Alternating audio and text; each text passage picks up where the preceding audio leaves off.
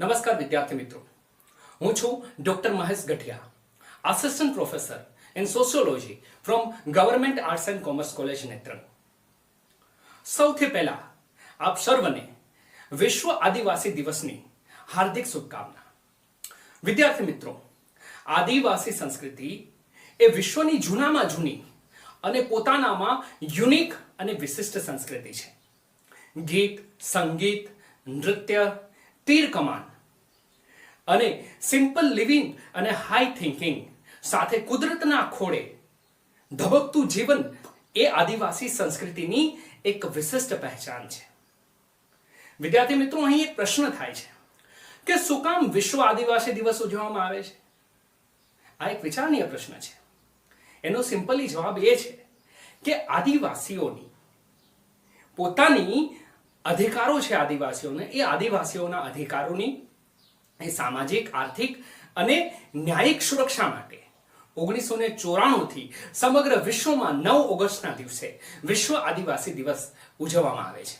વિદ્યાર્થી મિત્રો, આદિવાસી શબ્દનો મતલબ થાય છે મૂળ નિવાસી, કે જે આ પૃથ્વીના મૂળ નિવાસીઓ છે. એ દ્રષ્ટિએ આપણે જોઈએ તો આદિવાસીઓ એ આ પૃથ્વીના મૂળ માલિકો અને મૂળ નિવાસીઓ છે.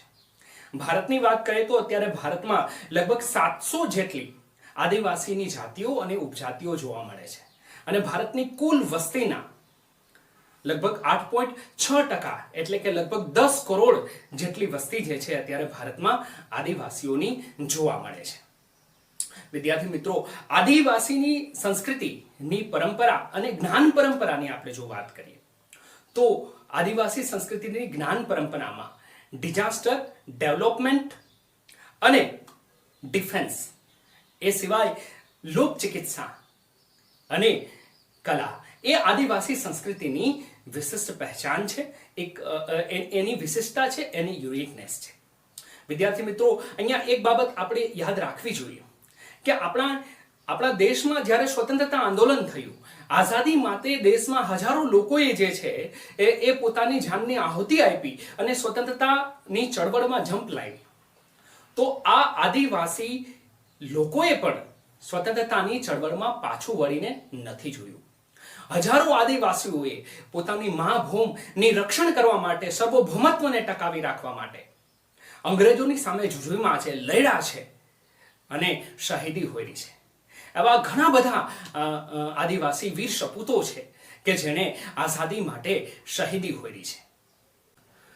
આવા વીર સ્વતંત્ર સેનાનીઓમાં મુખ્ય નામ આવે છે ભગવાન બિરસા મુંડા, પછી રાની ગદી નીલુ, શહીદ વીર નારાયણ સિંહ, શ્રી અલ્લુરી સીતારામન રાજુ, ટાંટિયા ભીલ, ભીમા નાયક.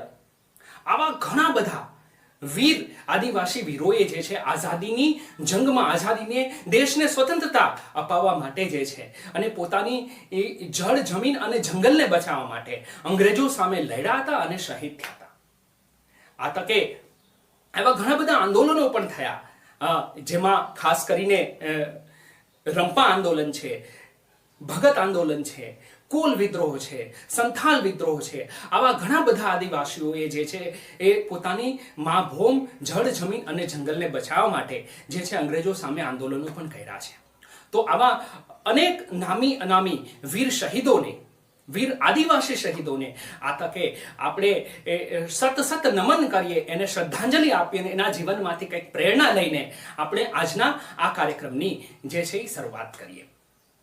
તો કાર્યક્રમની શરૂઆતમાં આપણે કોઈ પણ કાર્યક્રમની શરૂઆત કરીએ તો આપણે ઈશ્વરને યાદ કરીએ છીએ. તો આપણે આજના કાર્યક્રમની શરૂઆત દીપ પ્રાગટ્યથી કરીશું. દીપ પ્રાગટ્યથી પછી પ્રાર્થનાથી આપણે ઈશ્વરની ઇબાદત કરી અને જે છે એ કાર્યક્રમની શરૂઆત કરીશું.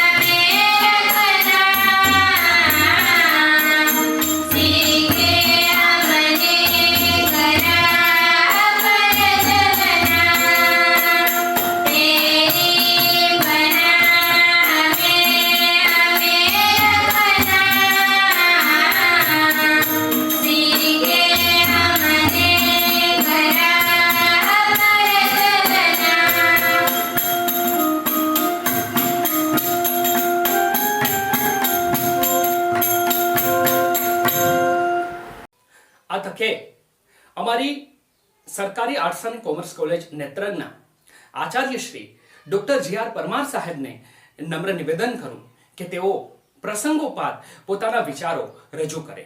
Doctor G.R. પરમાર સાહેબ. સરકારી વિનયન અને વાણિજ્ય કોલેજ નેત્રંગ જિલ્લો ભરૂચમાં આજે આ ભવ્ય દિવસની ઉજવણી માટે આપ સૌ ભેગા થયા છે. મિત્રો, વિશ્વ આદિવાસી દિવસ એટલે મૂળ નિવાસી લોકોની એક સંસ્કૃતિ, એમની એક પ્રકૃતિ, એમના એક રિવાજ, એના મૂલ્યો, એના આદર્શોને એક જીવંત રાખવાનો એક પ્રયાસ છે. ઘણું બધું બદલાઈ જાય આ ભૌતિકવાદમાં, ઘણા બધા પરિવર્તનો આપણે નજરે જોતા હોય, પણ આજે આ એક સમાજ, એના રિવાજો, એના મૂલ્યો એવા ને એવા રહ્યા છે. બહુ જ નિર્દોષ અને ભોળા લોકોની વચ્ચે મને આવવાનું થયું, એનો મને વિશેષ આનંદ છે. ખૂબ પ્રકૃતિથી ભરેલો આ વિસ્તાર અને એટલા જ પ્રકૃતિમય લોકો અને એની વચ્ચે કામ કરવાનો એક અનેરો આનંદ છે. ત્યારે આજના વિશેષ દિવસને આપણે વિશેષ બનાવીએ એ માટે આપણી વચ્ચે વિશેષ મહેમાનો ઉપસ્થિત છે. હસમુખભાઈએ કહ્યું એમ આ સંસ્કૃતિના કેટલાક લોકવાદ્યો પણ છે, એનો પણ આપણે આજે લાભ લેવાના છે. આપણી વચ્ચે જે આજે મુખ્ય મહેમાન તરીકે પધાર્યા છે એવા શ્રી જયંતિભાઈ S. ચૌધરી સાહેબ છે. તેઓ મોરારજી દેસાઈ આર્ટ્સ કોલેજ બુહારીના આચાર્યશ્રી છે. સાહેબે લગભગ 12 વર્ષ સુધી અધ્યાપક તરીકે કામ કર્યું અને છેલ્લા 17 વર્ષથી એ બુહારી કોલેજમાં આચાર્ય તરીકે કામ કરી રહ્યા છે. આમ જોવા જઈએ તો સાહેબના લગભગ 29 વર્ષ આ કારકિર્દીના એક શિક્ષક તરીકેના રહ્યા છે, લોકો વચ્ચે કામ કર્યું છે. સાહેબ સાથે વાત કરતા હતા, હમણાં વાત થઈ કે 241 વિદ્યાર્થીઓથી શરૂ થયેલી મારી કોલેજ અને આજે 1500થી વધુ વિદ્યાર્થીઓ અભ્યાસ કરી રહ્યા છે અને યુજી અને પીજીના સેન્ટર પણ ચાલે. તો આ બધું જ એક વડાની દીર્ઘદ્રષ્ટિ વગર શક્ય નથી. સાહેબ ટ્રાઇબલ એડવાઇઝરી કમિટી ગુજરાત રાજ્યના એક સદસ્ય છે. National monitoring committee four SC/ST અને ડિસેબિલિટી ઓફ હાયર એજ્યુકેશન શિક્ષણ મંત્રાલય ભારત સરકારના પણ એવો સદસ્ય છે. આપણી વિજ્ઞાનમાં દક્ષિણ ગુજરાત યુનિવર્સિટીના હોદ્દાની રૂએ સેનેટ સભ્ય પણ છે. એકેડેમિક કાઉન્સિલના પણ સભ્ય રહ્યા છે. બોર્ડ ઓફ યુનિવર્સિટી ટીચિંગના પણ સભ્ય છે. એડવાઇઝરી કમિટીના પણ સભ્ય છે. વિષય નિષ્ણાત તરીકે પણ એઓ કામ કરી રહ્યા છે. ઉપરાંત બીજી અનેક સમિતિઓમાં પણ એ સેવાઓ આપી રહ્યા છે. ચિલ્ડ્રન યુનિવર્સિટી ગાંધીનગરમાં પણ એક સબ્જેક્ટ એક્સપર્ટ તરીકે સાહેબ કામ કરી રહ્યા છે. એફિલિએશન કમિટીના સભ્ય તરીકે પણ એ કામ કરી રહ્યા છે. Center for tribal ethos and economic રિસર્ચના માનદ ડાયરેક્ટર તરીકે પણ સાહેબ કામ કરે છે. આ એક સંસ્થા ગુજરાત, મહારાષ્ટ્ર, રાજસ્થાન, છત્તીસગઢ જેવા રાજ્યોમાં વિવિધ યોજનાઓ અને લીગલ એડવાઇસ માટે પણ આ સંસ્થા કામ કરે છે. તો આવા સરસ મજાના આપણને મહેમાન મળ્યા છે. સાહેબનું હું દિલથી આ પ્રાંગણમાં, આ પટાંગણમાં સ્વાગત કરું છું અને હું આ કોલેજ પરિવાર વતીથી સાહેબને ખૂબ ખૂબ આવકારું છું કે આજે આપણને આ મળ્યા છે. આજે આપણને અતિથિ વિશેષ તરીકે દમયંતીબેન ચૌધરી મળ્યા છે. તેઓ મેનેજિંગ ડાયરેક્ટર છે. SC/ST OBC બહુજન કોઓપરેટિવ સોસાયટીના એ મેનેજિંગ ડાયરેક્ટર છે. સોનગઢ પ્રાથમિક શિક્ષક સંઘના એ પ્રમુખ પણ છે. એવો ટીચર પણ છે અને આદિવાસી જનજાગૃતિના અનેક કાર્યક્રમો મેડમ કરી રહ્યા છે. મેં હમણાં જ વાત થઈ કે આ સંસ્કૃતિને જીવંત રાખવાવાળા હવે જો એ જવાબદારી નહીં લે તો આ સંસ્કૃતિ ધીમે ધીમે લુપ્ત થતી જશે. અને આ સંસ્કૃતિ એક ઓળખ છે, આપણી આગવી ઓળખ છે, ત્યારે એ રહેવી જ જોઈએ. અને એ માટે આદિવાસી ધ્વનિ નામે YouTube ઉપર એક ચેનલ ચલાવી રહ્યા છે. મિત્રો, મારી વિનંતી છે કે તમે બધા જ એને સબસ્ક્રાઇબ કરજો. આદિવાસી ધ્વનિ નામે YouTube ઉપર એક ચેનલ ચાલે છે, એને પણ તમે સબસ્ક્રાઇબ કરજો. અને આ આપણે એક ભારત શ્રેષ્ઠ ભારત અંતર્ગત આપણું ગુજરાત રાજ્ય છત્તીસગઢ સાથે પેરમાં છે.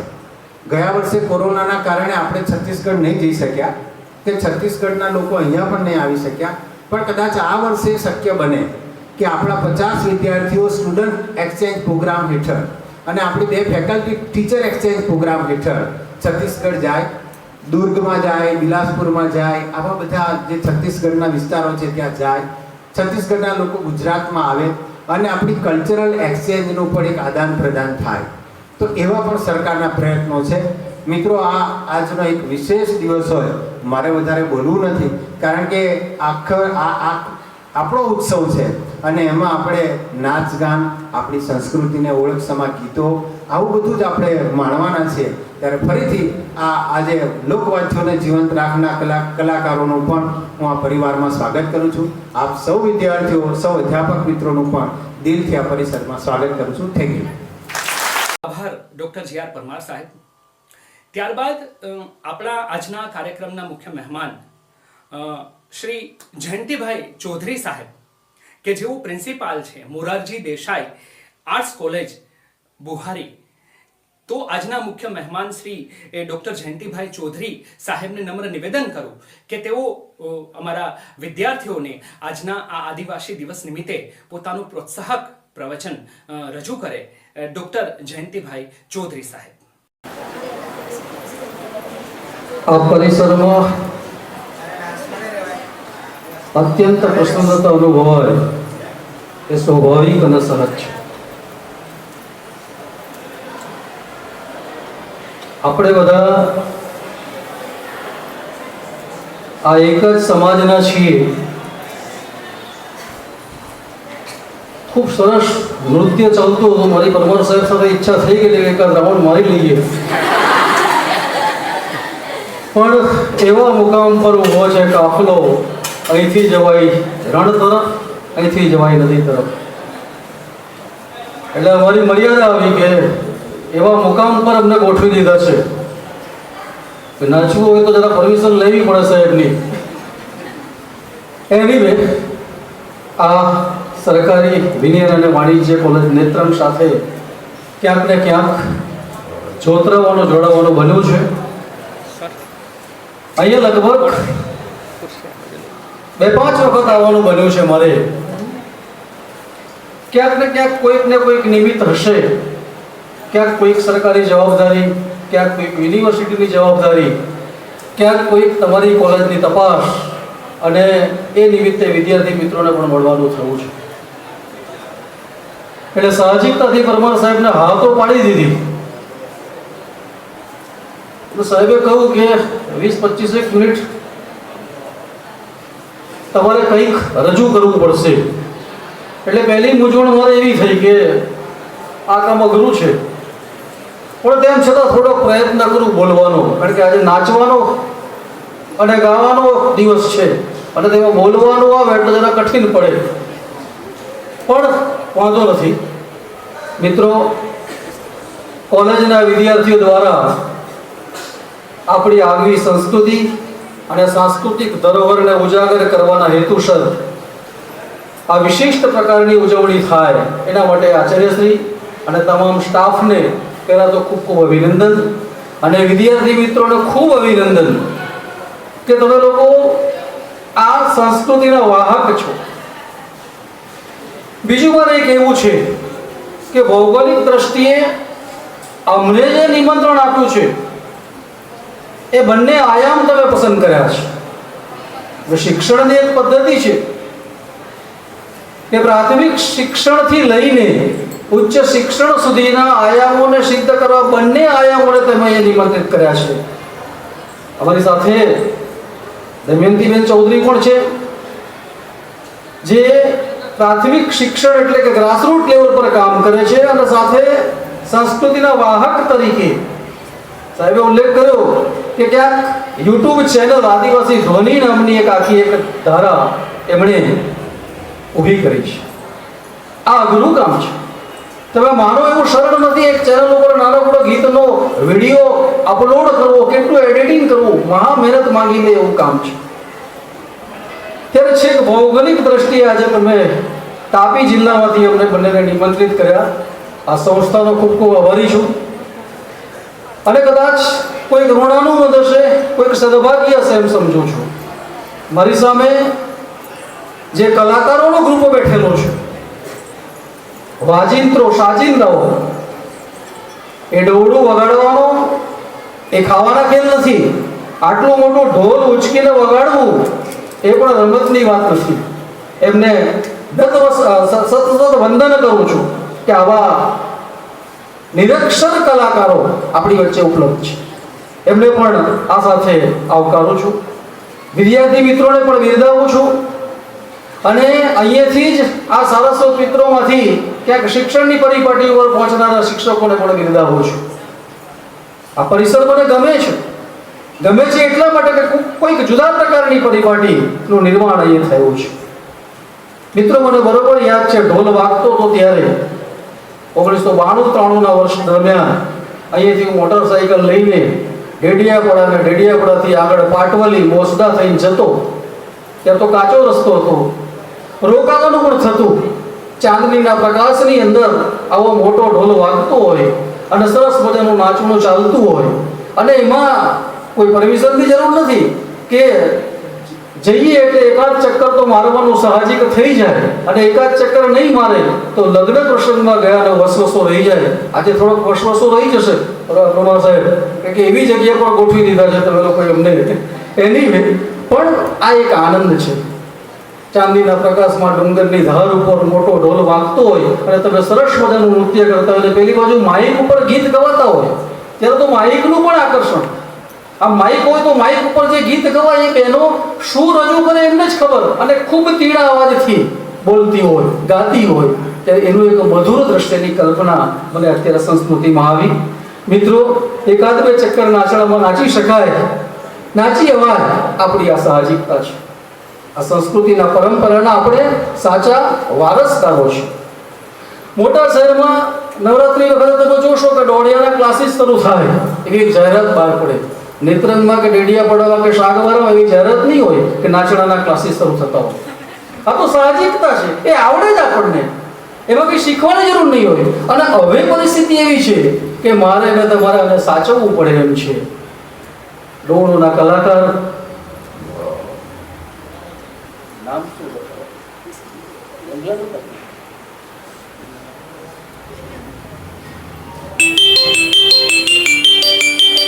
ડોળુના વાજિંત્રકાર હું લગભગ માનું છું ત્યાં સુધી રંગાદાદા છે, રંગાભાઈ ને.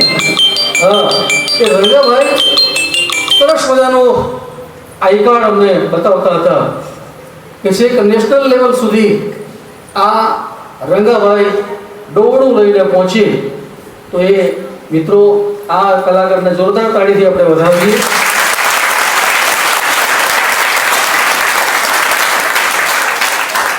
આટલી વાત કર્યા પછી મારી મૂળ વાત ઉપર હું આવું છું. આપણે બધા આદિવાસી સમાજના છીએ. આદિવાસી સમાજમાંથી અહીંયા સુધી પહોંચ્યા છીએ ત્યારે કેટલીક તાત્વિક અને સાત્વિક વાતો પણ મારે તમારી સમક્ષ મૂકવી છે કે આપણા ભારતમાં જંગલનો જે વિસ્તાર છે, જળ જમીન જંગલ શબ્દ વારંવાર ઘડી આપણને સંભળાય છે. જંગલનો જે વિસ્તાર છે એ લગભગ 21%નો 60% જેટલો ભાગ અને વિસ્તાર એ આપણા આદિવાસી વિસ્તારમાં આવેલો છે. આપણે ફળદ્રુપ જંગલોથી સંતૃપ્ત છીએ. 90% જેટલી ખનિજ સંપત્તિ એ આપણા વિસ્તારની અંદર છે. ત્યારે આજ સુધી આપણા સમાજનો ક્રમિક ઇતિહાસ આપણી પાસે નથી. એ ખૂબ મોટી કમનસીબી છે. આ દિશામાં વિદ્યાર્થી મિત્રો અને સારસ્વત મિત્રો થોડીક દરકાર આવનારા સમયમાં રાખે અને આ દિશામાં મૂળ સુધી પહોંચવું એ મને એવું લાગે છે કે સંશોધનનો નવો વિષય બનશે, એમાં કોઈ શંકા નથી. મિત્રો, ભારતનો નકશો તમે ધ્યાનથી જુઓ. હું થોડીક પશ્ચાત ભૂમાં જઈશ અને પછી મૂળ વાત ઉપર આવીને મારી વાતો પૂરી કરીશ. ખૂબ લંબાણપૂર્વક મારે નથી જવું, પણ પૂર્વી ઈરાનથી લઈને બર્મા સુધી અને થાઈલેન્ડ સુધી આપણી ભારતની એક સીમા વિસ્તરેલી હતી. પૌરાણિક સમયની અંદર આપણું ભારત ખૂબ સમૃદ્ધ હતું અને એમાં હજારો વર્ષો પહેલા આ દેશનું આપણે રક્ષણ કરતા હતા. આવો ઇતિહાસ આપણી પાસે ક્યાંય જોવા નથી મળતો. શા માટે નથી જોવા મળતો એ હવે આપણે ઊંડા ઉતરવાની જરૂર છે. બીજો મુદ્દો કે જ્યાં જ્યાં જંગલો છે ત્યાં ત્યાં આપણે વસીએ છીએ. હું તમને એમ પૂછું કે આ જંગલો જે આપણી ઓળખ છે, જ્યાં જ્યાંથી દેશમાં ખનિજ સંપત્તિ પ્રાપ્ત થાય છે, 90% જેટલી ખનિજ સંપત્તિ આપણા આદિવાસી વિસ્તારમાંથી પ્રાપ્ત થાય છે. ઝારખંડ હોય, મધ્યપ્રદેશ હોય કે ગુજરાત હોય, તમે જરાક યુટ્યુબ ઉપર કે ક્યાંક વેબસાઇટ ઉપર સર્ચ કરો તો આ વસ્તુના આંકડા તમને જોવા મળશે. ત્યારે સંપત્તિનું રક્ષણ કરનારા પણ આદિવાસીઓ જ છે. આપણી આ એક આગવી ઓળખ છે.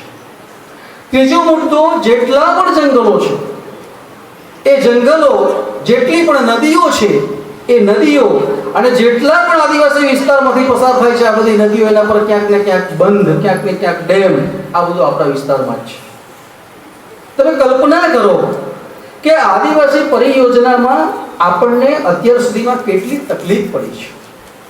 ગર્ભિત મુદ્દા તરફ તમારું ધ્યાન દોરું છું કે આટલી બધી આપણી ખનિજ સંપત્તિ, આટલા બધા આપણા જળ, જમીન, જંગલો, એના ઉપર ડેમ અને બંધ કેમ, એ વિચાર કરવાનો સમય હવે બાકી ગયો છે. શહેરમાં થોડા બને બંધ અને ડેમ, એ તો જંગલમાં બને. આઝાદ ભારતના 70 વર્ષ દરમિયાન તમે વિચાર કરો તો આદિવાસી સમાજે માત્ર ને માત્ર ત્યાગ અને બલિદાનો આપ્યા છે. મારે દુઃખ સાથે કહેવું પડે છે કે આપણને શું પ્રાપ્ત થયું એ દિશામાં આપણે વિચારી રહ્યા છીએ. પ્રથમ ઓળખ, હજુ થોડુંક તમને પશ્ચાત ભૂમાં લઈ જાઓ ત્યારે આપણને આ વાતનો ખ્યાલ આવશે. સમ્રાટ સિકંદરનું નામ તો તમે સાંભળ્યું હશે. આખો જગત જીતવા નીકળેલો સિકંદર, બરાબર ને? એ સિકંદરનો એક દૂત હતો મેગાસ્થનીઝ. એ મેગાસ્થનીઝે એક પુસ્તક લખેલું છે. પુસ્તકનું નામ છે ઇન્ડિકા. અને ઇન્ડિકાની અંદર મેગાસ્થનીઝે એવું કહેવું કે સિકંદરની સેનાને અફઘાનિસ્તાન, બર્માથી ભારત આવતા જેટલા દેશો જીતવા પડ્યા, એ દેશ જીતવાનો સમય માત્ર 1 મહિનો હતો. ભારતને જીતવા માટે એણે અનેક મહિનાઓ કાઢી નાખ્યા. કેમ? તો કે સીમા પર આપણો આદિવાસી સમાજ રક્ષક તરીકે હતો. આ આપણા મૂળ છે, આ આપણા મૂળિયા છે. તમને એમ લાગશે કે સમ્રાટ સિકંદરની વાત કરીને સાહેબ હજુ વાત આગળ વધે. હું તમને બીજું એક ઉદાહરણ આપું આપણા ઇતિહાસનું. આપણે જે ભણ્યા છે તે મારે કહેવું જોઈએ કે ગિરનાર શા માટે આપણે ભણવાનું? આપણે ગિરનાર શા માટે ભણવાનું? કડિયો ડુંગર છે એ બાજુમાં, એના વિશે કેમ કોઈ પાઠ લખાતો નથી? આપણા વસાવા સમાજની વાર્તાઓ કેમ આપણે ભણવામાં નથી આવતી? કેમ એના ગીતો આપણે ભણાવતા નથી? આ પણ એક વિચારવાનો મુદ્દો અત્યારે છે. બીજું, અંગ્રેજી પુસ્તકો લોકડાઉનમાં ક્યારેક અમને લાવો મળ્યો એટલે શું કરીએ તો વાંચતા હતા. એમાં ભીલ ક્રોપ્સ, ભીલોનું આખું સૈન્ય, અને એ સૈન્ય અંગ્રેજોને અંફાવતું. સરસ મજાનું અંગ્રેજી ભાષામાં પુસ્તક છે. આપણે એને જોઈએ. નંદરબારના ક્ષેત્રની અંદર આખી એક ટુકડી અને એક પ્લાટૂન ભીલ ક્રોપ્સ નામના ઓળખાતી હતી. લગભગ 350 કરતાં પણ વધારે પાનામાં અંગ્રેજોએ લખેલું પુસ્તક. જો તમે એમાંથી પસાર થાવ તો એમ લાગે આપણને કે આપણે આપણા સમાજને ઓળખવામાં ક્યાંક થાપ ખાઈ ગયા છે. બીજી સાથે મારે વાત નોંધવી છે કે આપણા ચાણક્ય અર્થશાસ્ત્રી, ખૂબ નામ એનું સંભળાય છે. શિક્ષક કભી સાધારણ નહીં હોતાથી શરૂઆત કરીને આ તો એક નાનકડું તમને એક્ઝામ્પલ આપું છું, પણ ચાણક્ય પણ સાધારણ નહોતો. એણે એવું કહ્યું કે વન ક્ષેત્રમાં જે વસે છે એના પોતાના અર્થશાસ્ત્રની અંદર, કે વન ક્ષેત્રમાં જે વસે છે, જંગલોમાં જે વસે છે, આદિવાસીઓ સાથે સંધિ કરી લો તો રાજ કરાશે. સંધિ નહીં કરી તો ઘણા બધા રાજા રજવાડાઓ એમાં અટવાઈ ગયા. હજુ એક વાત તમને બીજું વધારે સ્પષ્ટ થાય એટલા માટે કહું. સમ્રાટ અશોક, એ અશોકના શિલાલેખોની વાત આપણે જાણીએ છીએ ઇતિહાસની અંદર. એ અશોકની લોકવાયકા એવી છે કે એમની માતા અને બિંદુસારની પત્ની એ આદિવાસી સમાજની એક નાગકન્યા હતી. તમને આશ્ચર્ય થશે કે સમ્રાટની 5 પત્નીઓમાંથી 2 પત્નીઓ આદિવાસી હતી. આપણે કઈ સાચા વારસદારોની જે વાત કરે છે, આપણે ખરેખર સાચા વારસદારો છે. મારે તમને જે કહેવું છે કે 15મી 17મી સદીની અંદર જે રાજા રજવાડાઓનો આખો એક સંઘર્ષ, એની પણ વાત કરીશ અને છેલ્લે અંગ્રેજોની વાત કરીને મૂળ મુદ્દા પર હું આવી જઈશ. આ વાત એટલા માટે સમજવી પડે એમ છે કે આપણે હવામાં જે ગોળીબાર કરીએ છીએ કારણ વગરના, આપણે જુઓ કે 1793ની સાલની અંદર બ્રિટિશ સરકારે પરમેનન્ટ સેટલમેન્ટ ધારો લાગુ પાડ્યો. રાજા રજવાડાઓની આખી એક ખૂબ ઇતિહાસમાં ઐતિહાસિક ક્રમ આપણે જોવો નથી. એ બિંદુ મૂકું છું તમને વિચારવા માટેના. 1793ની સાલની અંદર આવો એક પરમેનન્ટ સેટલમેન્ટ ધારો અને રાજાઓની જમીનો ખાલસા થઈ, સરકારનો અધિકાર આવ્યો, અને બીજું ટેક્સ આપણે ચૂકવવાનો. જમીનદારી વ્યવસ્થાની આખી એક શરૂઆત થઈ. ખૂબ મોટો વિષય છે, ખૂબ ઓછો સમય પડે એમ છે આજે મને. 1793 વર્ષથી જળ જમીન અને જંગલ સરકારની થઈ ગઈ. આ થોડોક ક્રમ તમારી સામે મૂકવો પડે એમ છે. જંગલો ઉપર અંગ્રેજોની નજર લાગી. ભારતને 4 ભાગમાં વિભાજન કર્યું. અંગ્રેજી સાહિત્યના પુસ્તકો, અંગ્રેજી વિદ્વાનો જે બેઠા છે, સારસ્વત ગણો, એ દિશામાં થોડો પ્રકાશ પાડશે ભવિષ્યમાં કે presidency area, Mumbai presidency, Madras presidency, આખો એજન્સી એરિયા, અને એ એજન્સી એરિયા દ્વારા અંગ્રેજોએ આપણા ઉપર શાસન કર્યું અને આપણને લૂંટવામાં કશું જ બાકી નથી રાખ્યું. એમ કહું તેમાં મને કોઈ અતિશયોક્તિ નથી. આજે આપણે જેમને 5મી અનુસૂચિ કહીએ છીએ, જેને 6ઠ્ઠી અનુસૂચિ કહીએ છીએ, એનો પણ એક એજન્સી એરિયા. અંગ્રેજોની મૂંઝવણ થઈ કે આદિવાસી એરિયામાં રાજ કઈ રીતે કરવું. ત્યારે નક્કી કર્યું 1820માં એક સર્વે કરાવો અંગ્રેજોએ, અને સર્વે કરાવીને નક્કી એ કર્યું કે આદિવાસી વિસ્તારમાં આપણું રાજ કેમ પ્રસ્થાપિત થતું નથી. અને એ સર્વે કરાવતી વખતે નક્કી કર્યું કે આદિવાસીની જનગણના કેટલી, વસ્તી કેટલી. અંગ્રેજો મૂંઝાયા કે આ તો તીરકામઠા ને પથ્થરને એનાથી મોટા ઢોલ નગારા ડુંગર પર વાગે એટલે બધી આપણી આદિવાસી પ્રજા ભેગી થઈ જાય, લડવા માટે તૈયાર થઈ જાય. નાચવા માટે કેમ તૈયાર થઈ જાય? સાબરકાંઠામાં ડુંગર ઉપર ઢોલ વાગે એટલે બધા લડવા માટે તૈયાર થઈ જાય. કંઈક ને કંઈક ઘટના બની છે. આવો આપણો સંગઠિત સમાજની સામે અંગ્રેજો પણ ઘૂંટણીએ પડી ગયા. ત્યારે નક્કી કર્યું કે હવે આ લોકોની વસ્તી ગણના આપણે કરવી પડશે. ખૂબ મોટો ઇતિહાસ છે, ક્રમિક ઇતિહાસ તમે તપાસો. આ વાત બેઝિક છે, પાયાની છે, માટે મારે તમારી સાથે પૂછવું છે. 1820માં અંગ્રેજોએ કર્યું. 1857નો વિપ્લવની પણ ઘટના તમે ક્યાંક ભણીને આવ્યા છો. એ વિપ્લવમાં પણ સૌથી વધારે આપણા સમાજે યુદ્ધો કર્યા અને રાજા રજવાડાઓને સૌથી વધારે હરાવ્યા. આદિવાસી સમાજ એ વખતે 30,000 જેટલા આદિવાસી સમાજની વાત કરું છું, આદિવાસી વ્યક્તિઓની વાત નથી કરતો હું. જંગલોમાં 30,000 કરતા પણ વધારે આદિવાસી સમાજ વસતા હતા. આ આદિવાસી સમાજને નાથવાનું કામ કોઈ પણ રાજા, કોઈ પણ અંગ્રેજે કરી શકી નથી. આવો આપણો ભવ્ય મહામૂલો વારસો છે. અંગ્રેજોએ મોકલ્યા 1,000 સૈનિકો આપણી સામે લડવા. ગાંઠે ખરા આપણે 1,000 સૈનિકો તો ચટણી કરી નાખી આપણે. તીર કામઠું એવું છૂટે, કોની મજા છે એની સામે ઉભા રહી શકે? હું આવતો હતો ત્યારે સરસ ગળા તીરકામઠાથી દીકરીઓ સ્વાગત કરતી હતી. મને ખૂબ આનંદ આવ્યો. અને સાથે આ પરંપરાગત વાદ્ય ડોવડું એ તો મારા સમાજનું છે. એના ઉપર 92-93ની અંદર 34 કે 39 જેટલા ચાડા જે વગાડે છે, રંગા દાદા, એ ચાડા જે વગાડે છે, ચાડા મેં નોંધ્યા જે તે સમયે. અને તમને આશ્ચર્ય થશે કે નાચતા નાચતા એ ગાય તો ગાવામાંથી જે આખું વૃંદ છે એને એની ભાષા, એની લિપિને સમજે, એની વાણીને સમજે. આવું વાદ્ય છે. એની વાત હું છેલ્લે કરીશ. પણ અંગ્રેજોએ 1871ની અંદર સમગ્ર ભારતની વસ્તી ગણતરી કરી. હોશિયાર હતા અંગ્રેજો છે. આપણે તો અભણ અંગૂઠા છાપ માણસો. એ વખતે તો અક્ષર જ્ઞાનનો ક્યાંય. રંગાભાઈને પૂછીએ કેટલું ભણેલા, તો કદાચ માંડ 5 કે 7 ચોપડી હશે, કે નહીં પણ હોય, એમનો પ્રશ્ન છે. પણ સવાલ મારો એ છે કે આ અભણ પ્રજાની સામે 1891ની અંદર ફોરેસ્ટ ટ્રાઇબ નામનો શબ્દ અંગ્રેજોએ સૌથી પહેલી વાર ઉપયોગ કર્યો. અને આ પાછલી વાત જે મારે તમારી સમક્ષ સ્પષ્ટતા માટે મૂકવાની હતી. આઝાદી પ્રાપ્ત થઈ ત્યાર પછીના 35-40 વર્ષ કોઈ કશું કામ આપણા સમાજ માટે થયું નથી. અને જે થયું છે તે કેવું થયું છે એ તમે શું કહેવાય કે એન્સાઇક્લોપીડિયા જોશો તમને ખબર પડશે. 5મી અનુસૂચિ અને 6ઠ્ઠી અનુસૂચિનો વિચાર કરવામાં આવ્યો, જેમાં એક હતા A.B. ઠક્કરજી, જેમણે રિપોર્ટ આપ્યો 5મી અનુસૂચિ, અને ત્યાર પછી બીજી 6ઠ્ઠી અનુસૂચિ વિશે ગોપીનાથજી બારડોલોઈ, જેમણે રિપોર્ટ આપ્યો તે 6ઠ્ઠી અનુસૂચિ. આમાંથી પણ આપણે પસાર થવાની જરૂર છે. આપણે વાંચીએ, વિચારીએ, તથ્યોને સમાજ સામે મૂકીએ કે આપણી કેટલી ભવ્ય વારસો છે આપણી પાસે. 5મી અનુસૂચિના નિયમો એવી રીતે બનાવ્યા કે રાજ્યપાલ ઈચ્છે તો ફેરબદલ થાય, ભાષા, પરંપરા, રીતિ રિવાજોના નહીં. જ્યારે 6ઠ્ઠી અનુસૂચિમાં ભારત સરકાર કોઈ પણ પ્રકારના કાનૂન સીધા લાગુ ન પડે, આવી એક અનુસૂચિ આપણી સમક્ષ સમજણ છે. મારે કહેવું છે અહીં બેઠેલા વિદ્યાર્થી મિત્રો, આજે નહીં તો જ્યારે પણ અમારી જેમ પ્રબુદ્ધ થાવ ત્યારે આપણા કેટલા અધિકાર, આપણા કેટલા રક્ષણ માટેના કાયદાઓ છે તેનો એક વિચાર કરે, વાંચે. નહીં સમજણ પડે તો તમારા સાહેબોને પૂછો કે આ અનુચ્છેદ એટલે શું, આ 5મી અનુસૂચિ એટલે શું, આ શિડ્યુલ એરિયા એટલે શું.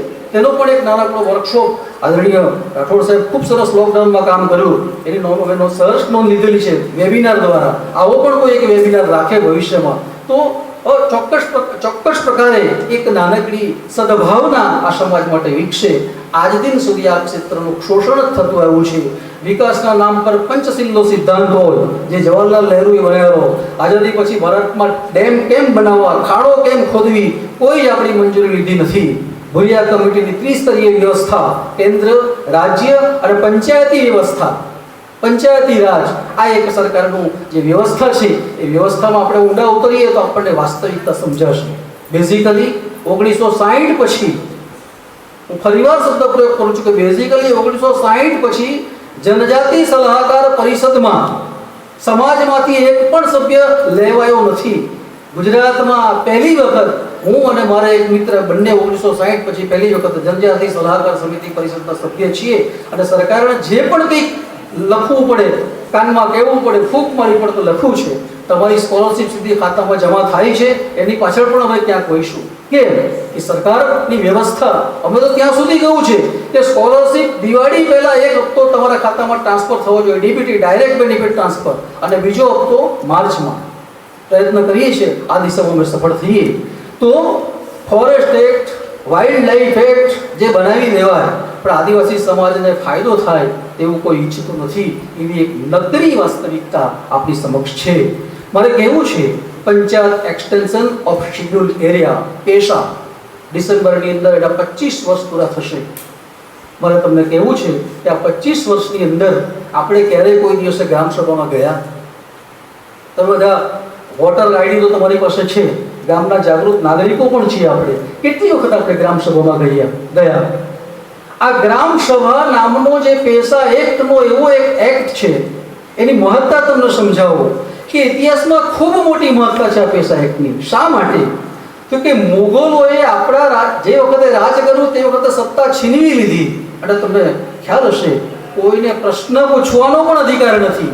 ત્યારે આ પેશા એક્ટે ગ્રામસભામાં જઈને હું અને તમે બેસીએ તો સરકારી અધિકારીને પ્રશ્ન પૂછવાનો અધિકાર એ આપણને આપેલો છે.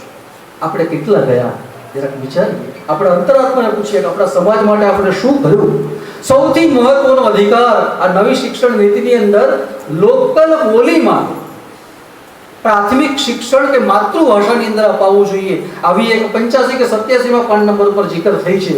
મિત્રો ખૂબ સરસ આ પગલું છે કે લોક બોલીની અંદર અભ્યાસક્રમો ઘડાવવા જોઈએ.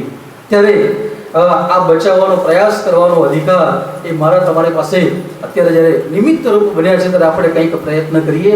છેલ્લી વાત કરીને મારી વાતને હું પૂરી કરીશ કે સંયુક્ત રાષ્ટ્ર સંઘ UN, ખૂબ નામ તમે સાંભળ્યું હશે.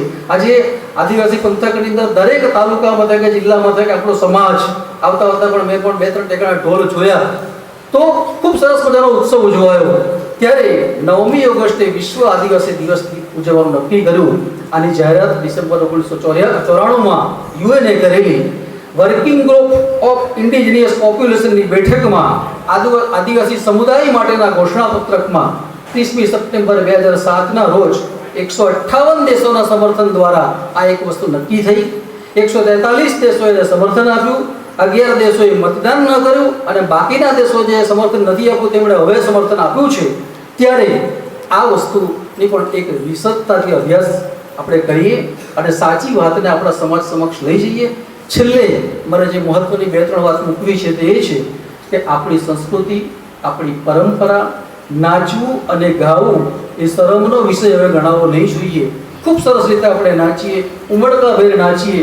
અને ત્રીજી વસ્તુ કે મારા સમાજનું છે એવી ભાવના મને થવી જોઈએ, તેમ તમને પણ થવી જોઈએ કે આ અમારો વસાવા સમાજનું નાચણું છે, આ અમારા ચૌધરી સમાજનું નાચણું છે, આ અમારા ચૌધરી સમાજનું વાજિંત્ર છે, આ અમારા વસાવા સમાજનું વાજિંત્ર છે. આ મોટું ઢોલ કેવી રીતે બને એને પણ તમે વગાડનારાને પૂછો તો ખબર પડશે કે જંગલમાં જઈને એનું લાકડું શોધે, લાકડા શોધે, પછી એનું ફિનિશિંગ કરે અને એ બનાવતા કદાચ 6-1 માસ તો થતા હશે ઓછામાં ઓછા. આ દોરડું બને છે તો મોરના 350 કરતાં પણ વધારે પીછા ઉપર ક્યાંક ગૂંથ્યા હશે. દિવાળી પછી પેલું દૂધીનું આખું જે કહેવાય એને શોધવા જવું પડે. પછી એને લગાડવા માટે એનો ચોક્કસ પ્રકારનો પેલો મીણ, એ કોઈ ગમ કે ફેવિક્વિક આપણે વાપરીએ છીએ, એમને પૂછો રંગાભાઈને કે મીણ હોય અને એને બનાવવાની પણ એક ચોક્કસ પ્રક્રિયા હોય. લગભગ તમે દોરડાને જોશો તો એ દોરડાના 21 જેટલા પાર્ટ છે આપણી પાસે અને 21 જેટલા પાર્ટમાં જુદા જુદા ભાગ એના કે આને શું કહેવાય, આને શું કહેવાય, આને શું કહેવાય, આખી એની થિયરી છે.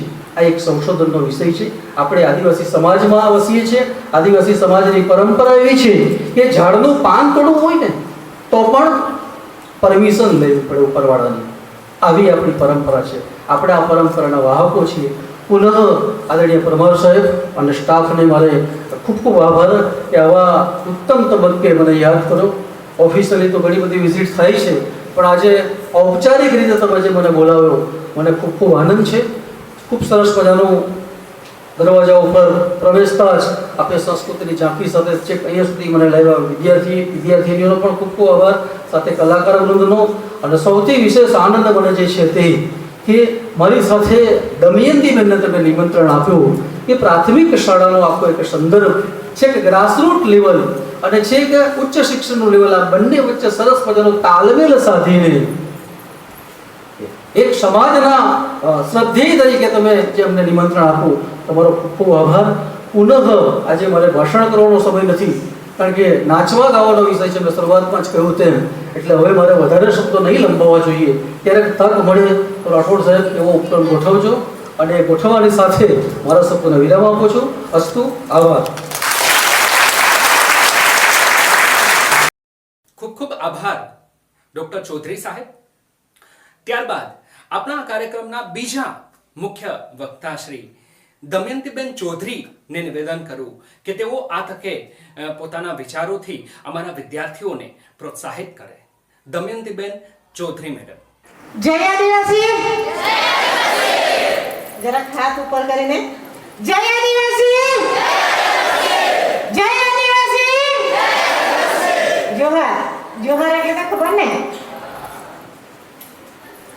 જોહાર શબ્દના અર્થ ખબર છે? નથી ને? હા, ઓકે. જોહાર વિશે મીડિયામાં ઘણું બધું મીડિયાનો યુઝ કરો તમે, એટલે એ તમારું હોમવર્ક. મારા નંબર આપી દઈશ, એટલે હોમવર્ક માટે આપું છું. લગભગ આપણા જે ફંક્શન કહીએ અંગ્રેજીમાં, અથવા તો વાર તહેવાર ઉજવીએ ત્યારે હોદ્દાઓ ખુરશીનું ખાસ મહત્વ હોતું નથી. એટલે જ્યારે કંઈ અમારી મીટિંગ થાય અથવા તો અત્યાર સુધીના જે કોઈ જનજાગૃતિના કાર્યક્રમ થાય, માઇકનો ઉપયોગ હવે જરૂરી છે, પણ રાઉન્ડમાં બેસીએ કે જેને લીધે કોઈ નાનું નહીં અથવા તો કોઈ મોટું નહીં. આ જે ભાવના છે એ આપણા સમુદાયમાં, હું સમાજ નથી કહેતી, આપણા આદિવાસીઓના સમુદાયો છે, સમાજ નથી. સમાજની ઓળખની જરૂર કોને પડે છે? કે જેણે પોતાની મૂળ જગ્યા છોડી છે એને. પૂર્વ ભૂમિકા બનતા પહેલા આજના આ કાર્યક્રમમાં જે કોલેજ વતી મને બહુમાન કરીને આમંત્રણ આપ્યું એ બદલ કોલેજના પ્રિન્સિપાલ શ્રી પરમાર સાહેબ અને અહીંના જે સ્ટાફગણ છે તે, અને ખાસ કરીને યંગ જનરેશન, કે કદાચ કીધું હશે તમે કે બેનને બોલાવીએ એટલે હું આજે અહીંયા પહોંચી છું. ગયા વર્ષે પણ આપણું આયોજન હતું, પણ ઘણો વરસાદ હતો એટલે અમે આવી નહોતા શક્યા. અને સાથે સાથે ખાસ આપણી વચ્ચે આજે ઉપસ્થિત રહ્યા છે. આજનો કાર્યક્રમ એવો છે એટલે આપણા સમાજના અને આપણા સમુદાયના જયંતિભાઈ તરીકે હું સંબોધન એમનું કરીશ, કારણ કે ટીએસસી મેમ્બર પણ છે. તો ટ્રાઇબલ એડવાઇઝરી કમિટી આપણા માટે કેટલી મહત્વની છે એ અનુસૂચિ 5 અને 6 ની જ્યારે આપણે પૂર્ણ જાણકારી મેળવીશું ત્યારે એની જાણકારી, કારણ કે આપણા પર જે કાયદાઓ થોપવામાં આવે છે, જે 20 જણની ટીએસસી હોય છે અને એમાંથી એક મેમ્બર પણ જો વિરોધ કરે તો એ કાયદો અમલમાં ના આવી શકે એટલી તાકાત એ ટીએસસીની છે. અને એના મેમ્બર જ્યારે આપણી વચ્ચે હોય તો એમની પાસે આપણી ખૂબ અપેક્ષાઓ હોય. તો આજે એમની સાથે આ કાર્યક્રમે મારે ઉપસ્થિત રહેવાનું થયું, એ બદલ પણ સૌનો આભાર માનું છું. હવે અમે આવીને બોલીને જતા રહીએ અને તમે સાંભળી લો તો એમાં મજા ના રહે. પહેલા સંસ્કૃતિ વિશે વાત કરીએ કે આપણા હક અધિકાર છે એના વિશે વાત કરીએ. શેના વિશે વાત કરીએ? સંસ્કૃતિ વિશે વાત કરીએ. મારી સંસ્કૃતિ એ મારું અભિમાન. અને હું પોતે આદિવાસી છું એનો મને ખૂબ ગૌરવ છે. તમારી ઉંમરની હતી અને રાજપીપળા પીટીસી કરવા માટે મારા પપ્પા મૂકી આવેલા. ખેડૂતની દીકરી છું હું અને 4થી 5મી ચોપડી મારા ભણેલા મારા પપ્પા. મમ્મીને પણ થોડું ઘણું વાંચતા લખતા આવડે. તો ત્યાં 2 રૂમો, ત્યાં જે રાજાના મહેલ હતા ત્યાં પીટીસી કોલેજ ચાલે છે અને તેમાં અમને 2 રૂમો ફાળવેલા અને તે 2 એસટીના રૂમ તરીકે ઓળખાતા. તો એટલી ઉંમર મારી નહોતી, 10મું ભણીને ગયેલી, કે એસટીનો રૂમ છે તે કયા કારણસર ત્યાં આપવામાં આવે છે એના વિશે હું પોતે થિંકિંગ કરી શકું. એટલે હું તો ખુશ, કારણ કે આ બાજુથી જે 2 બહેનો ગયેલી ભણવા માટે એમની સાથે મને રહેવાનું મળ્યું, એમની સાથે મને મારો જે શરૂઆતનો નવો સમય હતો તે પ્રસાર કરવાનો મળ્યો.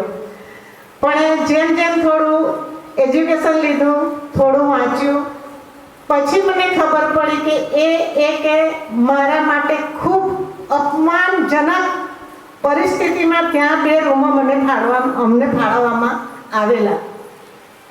કેમ કે એમાં બીજી કોઈ જાતિની છોકરીઓને મૂકવામાં નહીં આવે.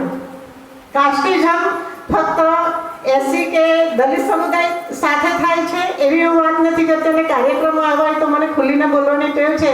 જો કોઈ મર્યાદા આવે તો મને તમે રોકી દેશો તો ચાલશે. તો તે વખતે મને ના ખબર પડી, પણ એ આદિવાસીઓ સાથે ત્યાં બીજી જે કોમની છોકરીઓ દીકરીઓ રહેવા ના કરે એટલા માટે એ 2 રૂમો એસટીને અલગ ફાળવીને આપેલા. એવું મને ખૂબ નોકરી કરતી થઈ ત્યારે મને ખબર પડી, ત્યારે નહોતી ખબર પડી. તો અહીંયા આપણે જાતિવાદ કરીને લડવાની વાત આપણી નથી, પણ મારી પાસે પોતાની એવી ઓળખ નહોતી કે હું સામેવાળાને હું કહી શકું કે હું પણ મારી પણ અલગ સંસ્કૃતિ છે, મારી પણ પોતાની ઓળખ છે. જાગૃતિ નહોતી, એવી મને જાણકારી નહોતી, એટલે તે વખતે હું બોલી ના શકી. તમે આ સ્ટેજ પર આ લેવલ પર જ્યારે તમે હવે આ કોલેજમાં તમે આ તો આપણો પોતાનો વિસ્તાર છે, પણ જ્યારે સમાજમાં ઊભા રહો ત્યારે જાતિવાદ માટે લડવાનું નથી, પણ સામેવાળા વ્યક્તિ સામે તમે સમાન ભેદ ત્યારે ઊભા રહી શકશો કે જ્યારે તમારી પોતાની ઓળખ તમારી પાસે હશે. ઓળખ એટલે કઈ? ભાષાની પહેલા વાત કરું તમને. કુલ 34 ગુજરાતીમાં જોઈએ તો વર્ણો છે અને આપણી જે કોઈ ભાષાઓ છે તેના 28 મૂળાક્ષરો છે, જેમ કે 24 મૂળાક્ષરો. તેમ છતાં જયંતિભાઈએ જેમ કીધું એમ એ ભાષા એટલી પરિપૂર્ણ છે કે અન્ય જે માન્યતા પ્રાપ્ત ભાષાઓ જે અત્યારે 14 જેટલી છે, રૂપિયાની નોટ પર આપણે જોઈ શકીએ, એ તમામ ભાષાઓ કરતા આપણી ભાષા સૌથી સમૃદ્ધ છે.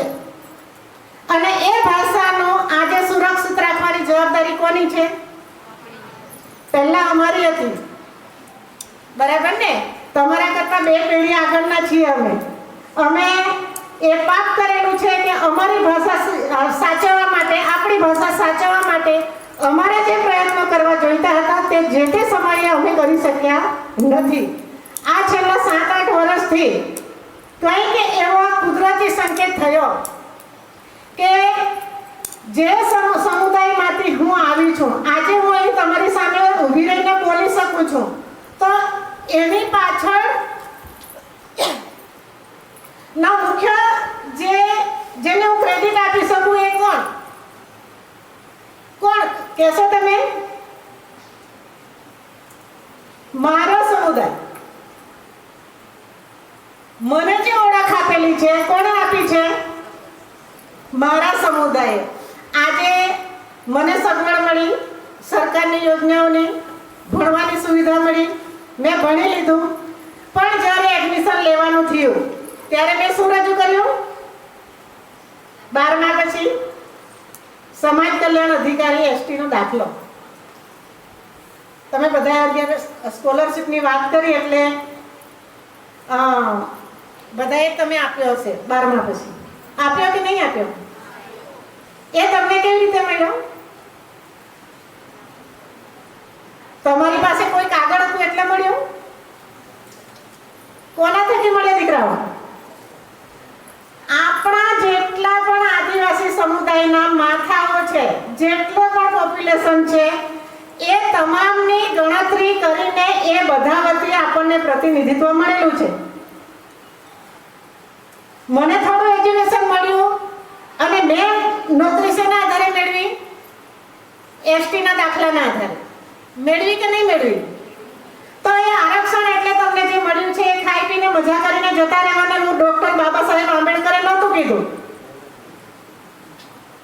ડોક્ટર બાબા સાહેબ આંબેડકરે શું કીધું હતું કે તમારા સમાજને બીજા સમાજના લોકો હેરાન ના કરે, તમારા પર અતિક્રમણ ના કરે, તમારા હકોનું દોહન ના કરે, એટલે તમારા જ સમાજના પ્રતિનિધિ તમને આપું છું. તમારા જ સમાજના લોકોને પ્રતિનિધિત્વ મળશે તો તમારા ભાઈઓ બહેનોને એ અન્યાય નહીં કરશે ને. ખ્યાલ આવ્યો? તો એ જે આપણને પ્રતિનિધિત્વ મળેલું છે એ અમને પણ 50 વર્ષની હું થઈ ત્યારે અક્કલ આવી કે સમાજ પ્રત્યે આપણું પણ કર્તવ્ય છે.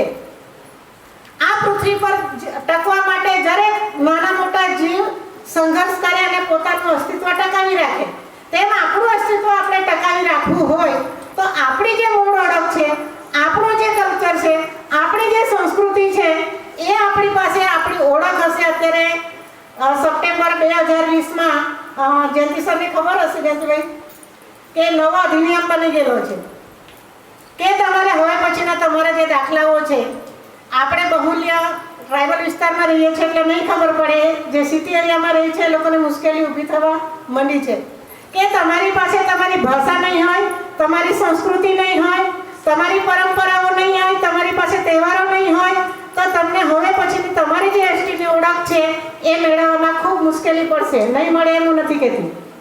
જેને કદાચ કુટુંબમાંથી કોઈને નોકરી લાગી હોય તો પહેલી નામથી માંડીને ચેકલિસ્ટ તમે વાંચો, બરાબર? તો એ ઓળખ સાબિતી આપવા માટે એમ નથી કહેતી.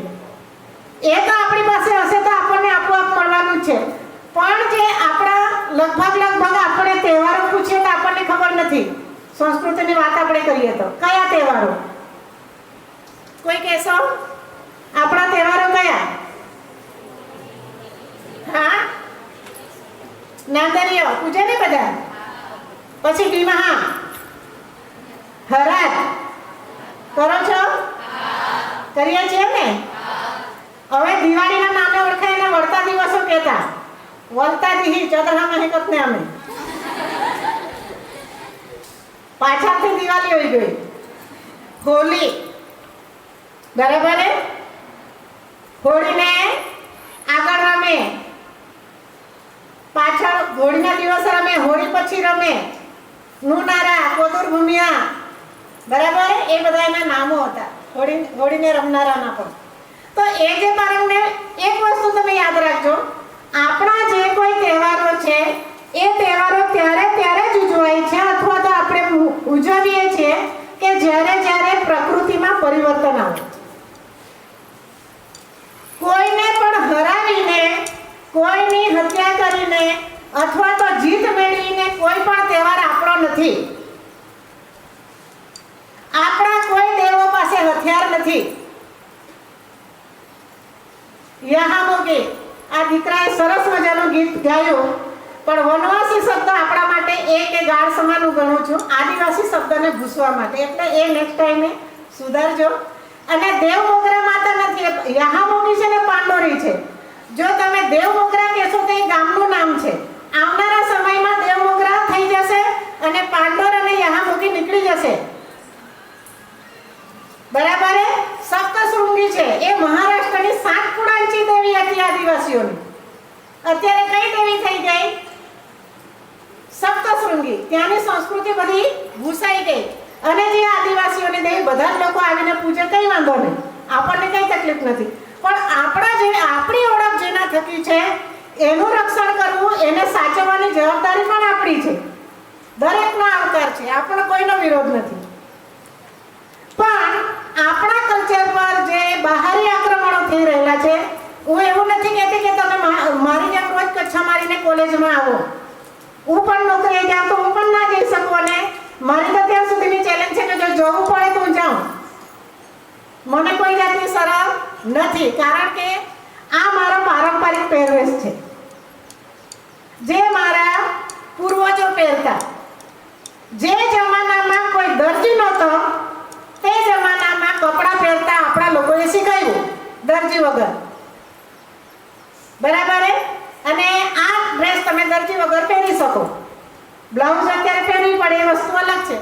તો આવી જે આપણી સંસ્કૃતિ છે એને તમે ઓળખશો તો પોતાના પર તમે ગર્વ કરતા શકો કે હા, હું આ સમુદાયના વ્યક્તિ છું.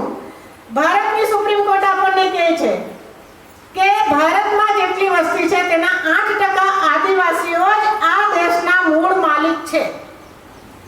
અને બાકીની જે 92% જે છે એ આક્રમણ, ભારતની સુપ્રીમ કોર્ટ કહે છે, હું નથી કહેતી, કે 92% જે લોકો છે આક્રમણ કરીને આવેલા છે, અથવા તો જે અહીંના સ્થાનિક લોકો હતા એમણે પોતાની સંસ્કૃતિ ખોઈ દીધી છે.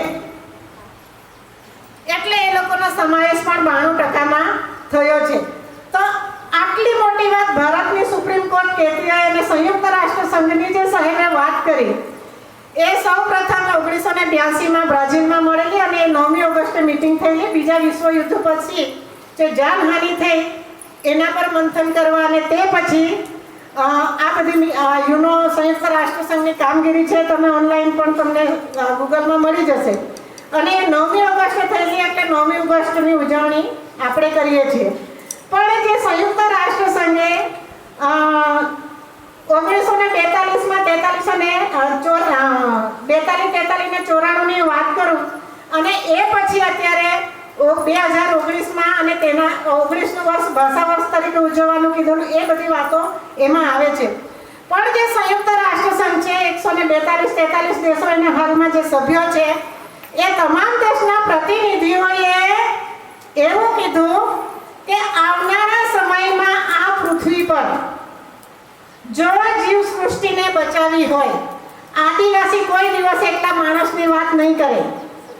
એ ખાય ત્યારે એક કોળિયો બાજુ પર મૂકે. ખબર છે દાદા આપણા હતા એ રોટલાના ટુકડા તોડીને અથવા તો દાળ ભાત ખાય તો ઉચકીને મૂકી દેતા. કોના માટે મૂકતા? હે, બોલો બોલો. દેવ માટે?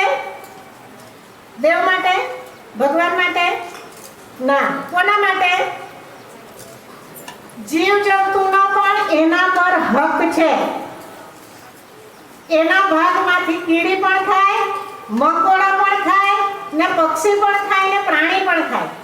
ભગતો જ્યારે પૂજા કરે, દાદા છે જ અહીંયા ધરતીની વંદના કરે તે વખતે આ બધા જ જીવજંતુઓ એમાં સામેલ હોય. હળથી ખેડે તો તેમાં એ પણ સામેલ હોય કે ખેડતા ખેડતા જમીનમાં કોઈ જીવજંતુ છે અને એને હળ લાગી જાય છે. જેઠી પૂજા આપણે કરતા છે, જેઠી, એમાં એ જેઠી પૂજાનું જે મહત્વ છે એમાં પણ એમાં એ પૂજામાં સામેલ છે કે ખેડતા ખેડતા કોઈ જીવ મરી જાય તો તે પણ મને માફી આપજે. તો આ જો સંસ્કૃતિની વાત જો કરવા બેસીએ તો આખો દિવસ પૂરો થઈ જાય તો પણ એ વાત આપણી પૂરી નહીં થશે. કદાચ દરેકના મોટા કાર્યક્રમ હોય તો એમાં સમય મર્યાદા હોય. તો સંયુક્ત રાષ્ટ્ર સંઘે દુનિયાના તમામ દેશોને એવું કીધું કે પહેલામાં પહેલા તમે પોતાના દેશમાં જાઓ અને તમારા દેશમાં જેટલા આદિવાસીઓ છે એ લોકોને સુરક્ષિત કરો. પણ આપણને તકલીફ એ પડી કે આપણા બંધારણમાં આદિવાસી શબ્દને બદલે શિડ્યુલ્ડ ટ્રાઇબ શબ્દનો ઉપયોગ થયો. એટલે અત્યાર સુધી અહીંના જે પ્રતિનિધિ જાય એ ત્યાં જઈને એવું કહે કે અમારા દેશમાં આદિવાસી નથી,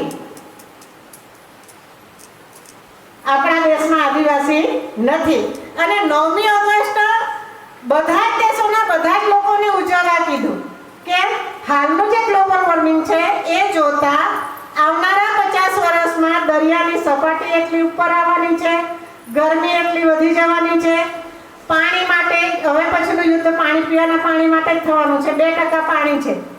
ભારતની જ વાત કરીએ તો અત્યારે આપણે ઓછામાં ઓછો જે ખનિજ સંપદા છે જમીનમાં, પેટ્રોલ વાપરીએ, ડીઝલ વાપરીએ, લોખંડ વાપરીએ, તાંબુ વાપરીએ, જે કંઈ વાપરીએ, માટી વાપરીએ, તો એની જે સંપદા છે આપણી 20 થી 30% વપરાવી જોઈતી હતી, એને બદલે 50%ની ઉપર અત્યારે આપણે પહોંચી ગયેલા છે. તો આવનારા 50 જ વર્ષમાં વૈજ્ઞાનિકો એ કીધું છે, આ આપણે નથી કહેતા કે જો આ પ્રકૃતિ બચાવવાની નથી, એનું સંવર્ધન કરવાની છે. બચાવીને શું કરવાનું? એક ઝાડુ પકડીને બેસી રહીશું, એનાથી એનું સંવર્ધન નથી થવાનું.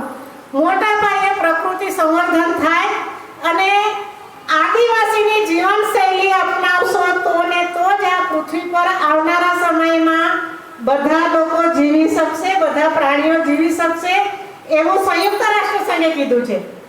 પણ આપણે આદિવાસી છે, આપણા નામનો વિશ્વ દિવસ છે એટલે બીજા કોઈને રસ નથી, એટલે આપણે 2-4 વર્ષથી, છેલ્લા 7-1 વર્ષથી આપણે ઢંઢેરો પીટીએ છીએ કે અમે પણ અહીંયા રહીએ છીએ, અમારો પણ સમુદાય છે, અમારી પણ સંસ્કૃતિ છે, અમારી પણ ઓળખ છે અને અમે આ દેશના મૂળ માલિકો છીએ. ઉત્ક્રાંતિવાદ પછી પ્રથમ જે ધરતી પર જે માનવે પગ મૂક્યો એ જગ્યા છોડીને એ ક્યાંય નથી ગયો, એ કહેવાયો આદિવાસી. અને કુદરતી કારણોસર, સામાજિક કારણોસર કે અન્ય કારણોસર જેને પોતાની બાપ દાદાની, પોતાની પૂર્વજોની જમીન જેને છોડવી પડી અને અન્ય જગ્યા પર સ્થાયી થયો, એ થયો ગેર આદિવાસી. કારણ કે એને જમીન સાથે આપણી સંસ્કૃતિ જોડાયેલી છે. તમારા દેવ ક્યાં છે? આપણા વિસ્તાર, આપણી જમીનમાં. ખતરું ક્યાં બેહાડીએ આપણે? ક્યાં બેસાડીએ? પૂજીએ ને ખતરા? પૂજીએ કે નહીં? લગ્ન કરવા પહેલા ક્યાં જાય? હળદર ચડાવવા જઈએ ને. પછી પાણી ના આવે ત્યારે હાર ઉતારવા.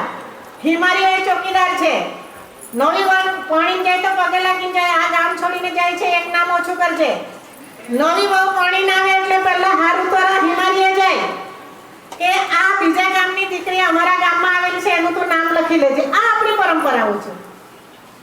એટલે કદાચ સંસ્કૃતિ વિશે વાત કરવામાં આપણને 2-4 દિવસનો સેમિનાર પણ ઓછો મળે, પણ તેમ છતાં થોડુંક આપણે સમજવાની પ્રવૃત્તિ કરીએ. એટલે પહેલામાં પહેલું તો તમે આદિવાસી છો, હું આદિવાસી છું, જેટલા પણ આ દેશના આદિવાસીઓ છે, સરદાર પટેલની વાત કરીએ, અખંડ ભારતની રચના કરી, પણ એમાં એક દુઃખની વાત સાથે કહેવું પડે કે જે ભીલ પ્રદેશ આપણો હતા, આપણે બધા ભીલ છીએ. વસાવા, ગામી, ચૌધરી, કોકણી, કોટવાડિયા નથી. આપણે બધા કોણ છીએ? ભીલ.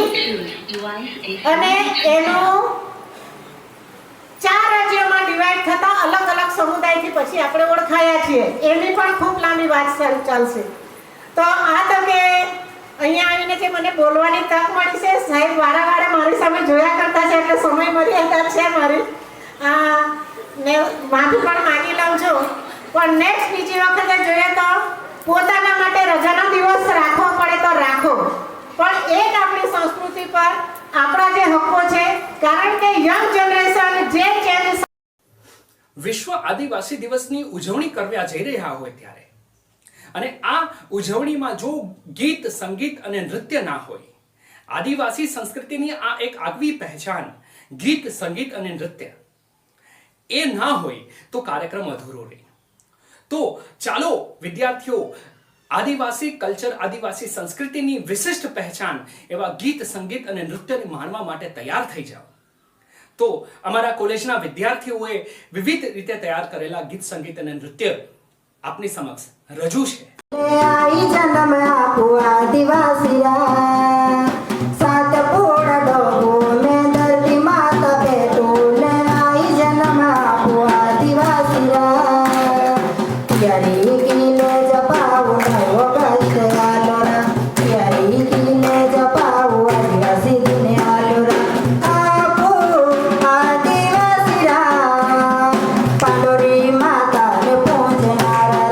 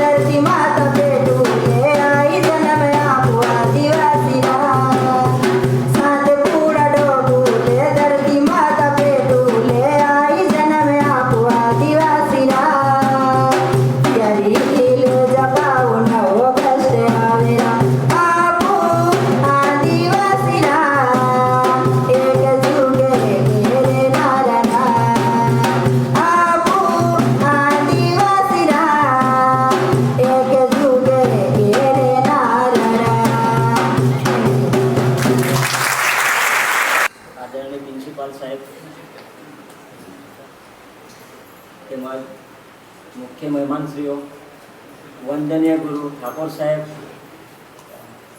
અધ્યાપક મિત્રો તેમજ મારા વાલા વિદ્યાર્થી મિત્રો, મને અહીંયા પહેલી કૃતિ રજૂ કરવા માટે કોલેજ તરફથી પરમાર સાહેબે પસંદગી આપી એ માટે પહેલાં તો હું પરમાર સાહેબનો આભાર માનું છું, કારણ કે મને ખબર નથી કે મને ગીત ગાવા માટે મોકો મળશે ને મને ગામમાં પણ કોઈને ખબર નથી કે સૈયદભાઈ આટલું સરસ ગીતો ગાય છે ને કોઈને કે મારી વાઇફ જાણે છે, એના સિવાય કોઈ જાણતું નથી. પણ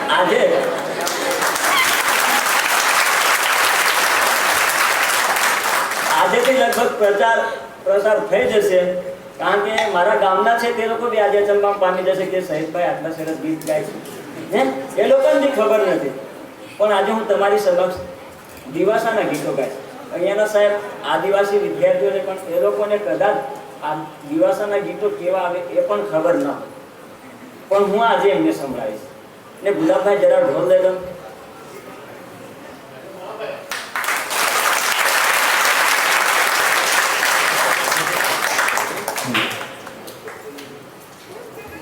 મારી તો એવી ઈચ્છા હતી કે બધા મેદાનમાં હોય ને બધા નાચે, એવી ઈચ્છા હતી, પણ વરસાદનું વાતાવરણ એટલા માટે હમણાં શરૂઆતમાં, બાકી બધા નાચવાની પણ મજા આવતી.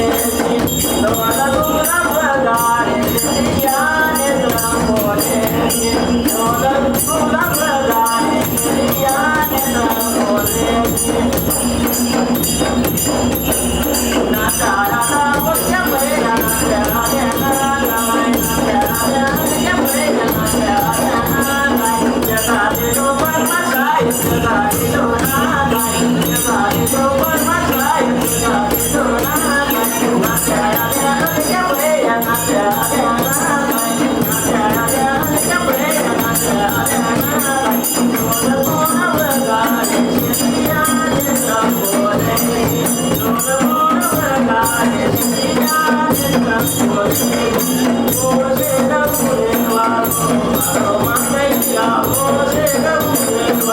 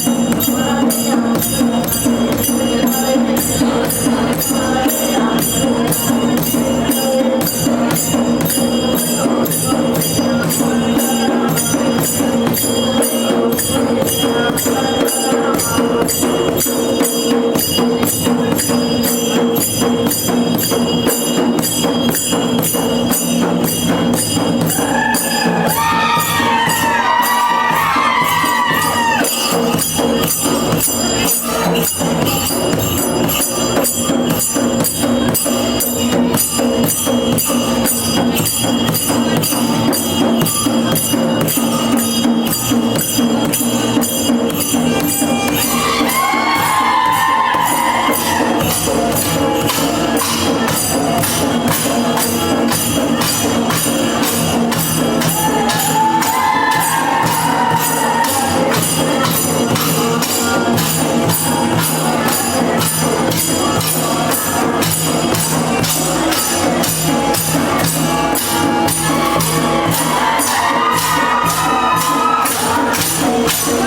you.